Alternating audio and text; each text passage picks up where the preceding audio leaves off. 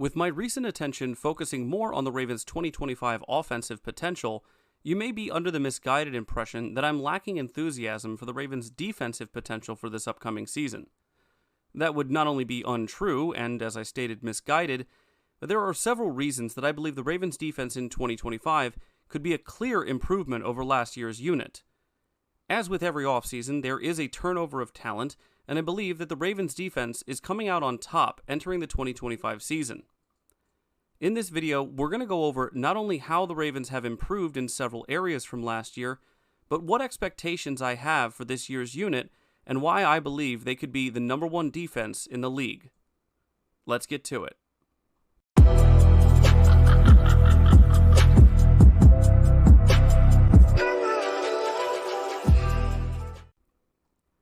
Welcome in everyone, this is Jordan with Ravens Flash Report. Go ahead and give the video a like if you enjoy, subscribe if you're new, and comment down below your expectations for this year's defensive unit. Before I begin the video, I wanted to give a quick shout out to one of my subscribers, Squiddy Raven, who gave me the idea for this video. Now, for the video itself, I'm going to start by saying something rather obvious, and that's claiming that I believe the Ravens could be the number one defense in football this year isn't exactly a hot take. It would be more of a surprising statement to make if they weren't one of the best in the NFL last year. But given that I try to keep my expectations more objective than purely hopeful, it may still raise a few eyebrows amongst fans that I believe what was a top 5 defense last year should be even better this year. In order to better understand why I believe we'll see an even more dominant Ravens defense in 2025, we need to go back and take a look at the 2024 Ravens defensive statistics. The Ravens were the overall best defense against the run last year, allowing the fewest yards per attempt, fewest first downs, and tied for 7th fewest touchdowns allowed with 12. And thank goodness they were, because they were one of the worst teams, at least in the first 10 weeks, against the pass. After all things were said and done, the Ravens were in the bottom half of the league in nearly every defensive passing stat, aside from net yards per attempt. There were obviously some other areas where the Ravens defense ranked in the top 10 or even top 5, like sacks, total points allowed, and average yards allowed per drive. But there are plenty of areas that the Ravens can improve upon this season despite being a top contender last year. Let's take a look at some of the roster changes after the offseason and see what areas the Ravens potentially improved upon when talking about adding or replacing talent. Brandon Stephens for Jaire Alexander. Let's start with one of the most obvious when it comes to straight-up player-for-player replacement. Despite playing at a Pro Bowl level in 2023, most would agree that Brandon Stephens had a pretty rough year in 2024. There was an unfortunately negative aspect to Stephens' play last year that seemed as consistent as it was damaging for the team. I know many Ravens fans like myself would be holding their breath if a throw down the sideline went to a receiver covered by Stephens, as there were typically only two outcomes: a big play for the receiver or a costly penalty called on Stephens. Having said all that, I'm not saying that Jaire Alexander will give up 0 big plays or touchdowns in 2025.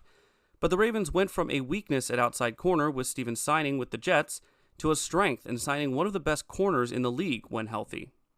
On top of the Alexander signing, the Ravens made a great pickup signing Wouzier as not just a solid depth piece, but if injuries occur, a potential fill-in starter behind Humphrey, Wiggins, and Alexander. As for what my expectations are with Alexander replacing Stephens, I think the Ravens defense will not only see several more coverage sacks this year, but also more forced turnovers.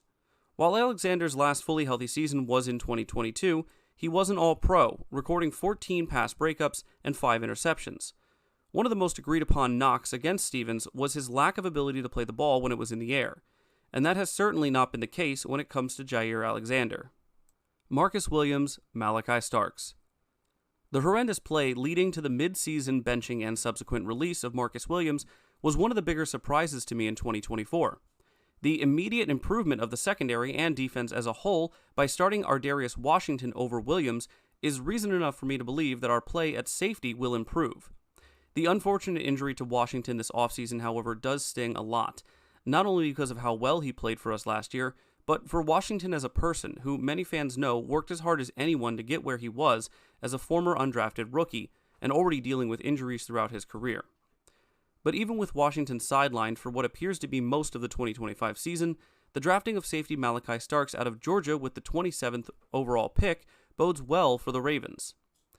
While I do have decently high hopes for Starks in his career with the Ravens, I'm not fooling myself into thinking that he's going to play at an All-Pro or even Pro Bowl level in his first season. As great as Kyle Hamilton is, I know many of you will remember his rookie mistakes and early stumbles in the league. What I believe Starks can do that makes this group better than last year is to act as a deep safety, more in charge of being a last line of defense than a true game changer. This will leave the game changing up to its natural leader at the job, Kyle Hamilton. Hamilton is probably the best all-around safety in football, capable of playing anywhere, and I mean anywhere, on the defense. But where this young star shines brightest is up closer to the line of scrimmage at what we might call the strong safety position. As long as Starks isn't put into too many compromising situations, his intelligence and physical abilities will allow everyone else on the defense to play at their best natural position. At the end of the day, a secondary comprising of Hamilton and Starks at safety, Wiggins and Alexander on the outside, and Marlon Humphrey at the nickel has to already be considered a top 3 unit before even playing a snap. Mike Green. The next improvement isn't a player-for-player swap, but rather a straight-up stat buff to the edge rushing department. While there have been other concerns when the Ravens drafted Mike Green late in the second round, none of them were about his incredible potential and impact on the field. With Kyle Van Noy and Odafe Oweh putting up career sack numbers in 2024, along with the continued development of Tavius Robinson, the injection of Mike Green into this defense must feel like a double shot of espresso for defensive coordinator Zachary Orr and pass rush specialist Chuck Smith. In a somewhat similar vein to my expectations for Starks, I don't necessarily think Green is going to take the league completely by storm in his first year with double-digit sacks. Not that I would complain at all. But what Green immediately gives this defense is explosive and effective depth at both pass rusher and edge setter. This may not seem like a big deal to the casual observer, but any snaps that Green can come in and be effective for the Ravens against the pass or run are snaps that KVN can rest, saving himself to even more fully embrace the pass rush specialist he's become at this point in his career. Imagine how disruptive this defense can be in the fourth quarter of games or late in a season if Van Noy, Oweh, Robinson, and Green are being worked through an effective and efficient rotation. Both Robinson and Green are effective at stopping the run on early downs, while also being as productive at getting after the quarterback. This in turn will allow KVN and Oweh, who is in a contract year, mind you, to pin their ears back on any obvious passing down. Pairing that with the secondary that I just mentioned earlier is what I believe to be a fairly convincing argument that this Ravens defense will be the best in the league. Inside linebacker rotation, Teddy Buchanan. Not all changes to the roster are obvious and immediate improvements, though. With an unfortunately disappointing start to Trenton Simpson's career as Roquan Smith's partner in 2024, the defense had to adjust by going to a committee employing Malik Harrison, Chris Board, and Christian Welch, all of whom signed with different teams this offseason. The expectation by some is that Simpson is ready to step up and play at a high level alongside Roquan, but the expectation of many is that he hasn't reached that level of play yet. The drafting of linebacker Teddy Buchanan out of Cal University in the 4th round is shaping up to be the potential backup plan for the Ravens this year if they are forced into another committee-style approach for the linebacker position across from Roquan. While I hold a certain level of hope that Simpson has improved enough to be the starter next to Roquan, that hope alone, along with the addition of Buchanan, is not why I believe we will see improvements to the middle of the defense. I know that it may seem a reach to claim that the linebacking position is much improved because of the secondary, but if Kyle Hamilton is free to play his natural and most impactful style of football in the middle of the field behind the defensive line, they won't be nearly as free and available to its opponents as it was in 2024. Consider it a ripple effect, something similar to a shield wall in some ancient army. If a player has more trust in the guy next to them to do their job correctly, that same player will be able to focus more completely on doing their job. And I don't know about you, but as good as Roquan Smith is, I'd rather have the middle of the field being patrolled by either Marlon Humphrey or Kyle Hamilton, and let Roquan be the field general he naturally is. And if Roquan is able to play his natural position more effectively, that will also take some of the excess responsibility for guys like Simpson and Buchanan away. Defensive line, Aeneas Peebles. The last area to discuss for the Ravens defense is, of course, the defensive line. We will, of course, miss Brent Urban's ability to swat passes at the line of scrimmage, as well as the natural ball hawk play style of Michael Pierce. But the Ravens are retaining a fairly formidable defensive line that added some juice during the draft. I already mentioned that Mike Green offers better than average outside run stopping ability, But with the Ravens drafting Aeneas Peebles for the interior of the line, they've added a capable tackler and, more importantly, another interior pass rushing threat. Peebles, unlike Green, was not considered a top 15 or even top 50 player from this year's draft, but his skill set, tenacity, and how the Ravens utilize him in their defensive scheme could see them getting way more out of him than many draft experts had originally hypothesized for him. As with the other rookies I've mentioned in this video, the impact Peebles will have for this year's Ravens defense will most likely be felt not directly from his play, but in the available rest that he could give guys like Nnamdi Madubuike and Travis Jones. This is, of course, not to say that I don't think Peebles will have an impact. In fact, I can see him recording between 2 to 4 sacks in his rookie season. But considering the level of talent and experience in the guys above him on the depth chart like Madubuike, not to mention the difference in snap count they will receive, it's more important at this point for Madubuike and Jones to be rested and available late in games and late in the season than it is to develop and rely on the play of Peebles. With all those changes and potential improvements to the roster out of the way, let's now dig into some of my stat predictions and ranking expectations for this unit. Over the last 6 seasons, the Ravens defense has allowed an average of 602 pass attempts, 3,825 receiving yards, 22 passing touchdowns, 384 rushing attempts, 1,576 rushing yards, and 11 rushing touchdowns, while also recording an average of 45 sacks and 12 interceptions. This means that in 2024, the defense faced more passing attempts, allowed more receiving yards, more passing touchdowns, and more rushing touchdowns than this average. They did, however, have an average number of interceptions and faced an average number of rushing attempts, while being well below their average in rushing yards allowed and well over their average in sacks. In particular, the sack numbers are quite interesting. The Ravens hired Chuck Smith before the start of the 2023 season, and his impact was immediate. From 2019 to 2022, the Ravens were averaging 39.25 sacks per season, but in the 2 seasons Coach Smith has been in Baltimore, they've averaged 55.5 sacks per season. These raw numbers also have rankings associated with them across the league, and in these stats, the Ravens defense clearly shows the areas that it focuses on. Over the same 6 seasons, the Ravens have ranked 25th in passing attempts against them, 18th in passing yards allowed, 10th in passing touchdowns allowed, 16th in interceptions, 3rd in rushing attempts against them, 5th in rushing yards allowed, and 6th in rushing touchdowns allowed. They've also averaged a rank of 11th in sacks over that time, but in 2023 and 2024, they ranked 1st and 2nd respectively. So taking into account the additions I've mentioned with players like Jair Alexander, Malachi Starks, Mike Green, and Aeneas Peebles, along with the steady improvement from players like Kyle Hamilton, Nate Wiggins, Nnamdi Madubuike, Odafe Owe, and even Marlon Humphrey, this Ravens defense is poised to make a jump in 2025. When we're talking about the raw numbers, it's hard to give exact figures, of course, so I'll do what I've done for the offense over the last 2 years and give a range for what I believe we can expect to see in this upcoming season.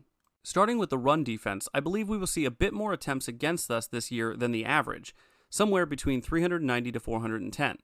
This will be due to the improvements in our secondary, which will allow less yards to opponents, causing them to commit to running the ball more often.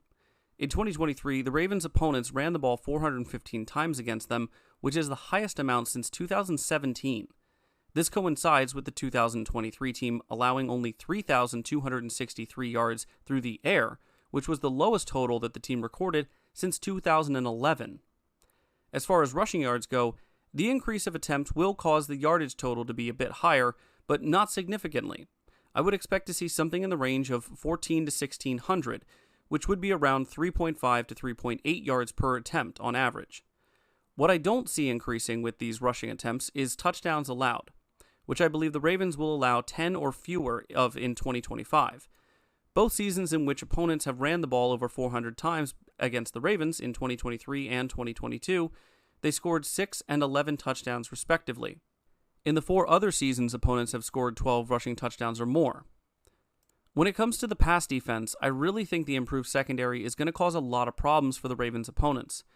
This will be evident in the disparity between passing attempts and passing yards allowed. I can see opponents throwing the ball on us between 600 and 620 times this year, especially as we're facing quarterbacks like Mahomes and Burrow, who each average over 37 attempts per game over the last 3 seasons, along with others like Rodgers and Goff, who over that same time span have attempted 33 per game. This will, however, only result in around 3,500 to 3,700 total passing yards, which may sound like a lot, but based on last year's totals, that would actually put us in the top half of the league, which is better than our average over the last 6 seasons. As far as the total passing touchdowns I expect to be allowed by this unit, I can see them conceding between 18 to 22. I know this range is wide, but after considering the opposing offenses we'll be facing at the beginning of the season, a lot could change, and the Ravens are a team that does well at making in-season adjustments. Finally, let's talk about what I expect from this defense in the interception and sacks department. As I mentioned before, the Ravens' pass rush is flourishing like never before under the tutelage of Chuck Smith, and I don't see that trend stopping with the additions of Mike Green and Aeneas Peebles. In the beginning of this video, I spoke about the increase of coverage sacks for the Ravens this season because of how good the secondary could be. With that in mind, I would not be surprised to see the Ravens eclipse 60 sacks during the regular season. When it comes to interceptions, there has also been a bump in production more recently, with the Ravens grabbing 12 or more in each of the last 3 seasons. Heading into 2025, though, if I haven't made myself clear enough at this point, this secondary is more than capable of intercepting more than 12 passes, especially considering last year Humphrey and Washington were the only players to have more than one each. I don't think it's ridiculous to think that Humphrey, Hamilton, Alexander, and Wiggins could all finish the season with multiple interceptions.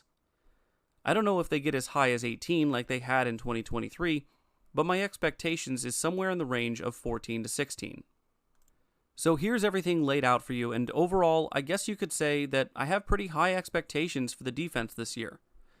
In some ways, though, I definitely feel as though the Ravens' defense underachieved in 2024, so I suppose my expectations for them to overachieve in 2025 aren't incredibly over the top.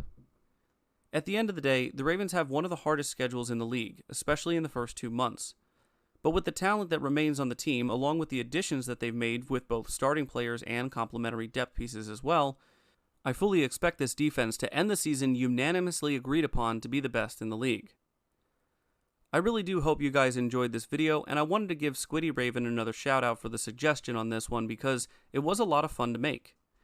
If you did, go ahead and hit the like button, subscribe if you're new around here, and like I said at the beginning, comment down below your expectations for the Ravens defense in this upcoming 2025 season. And as always guys, stay safe out there, and go Ravens.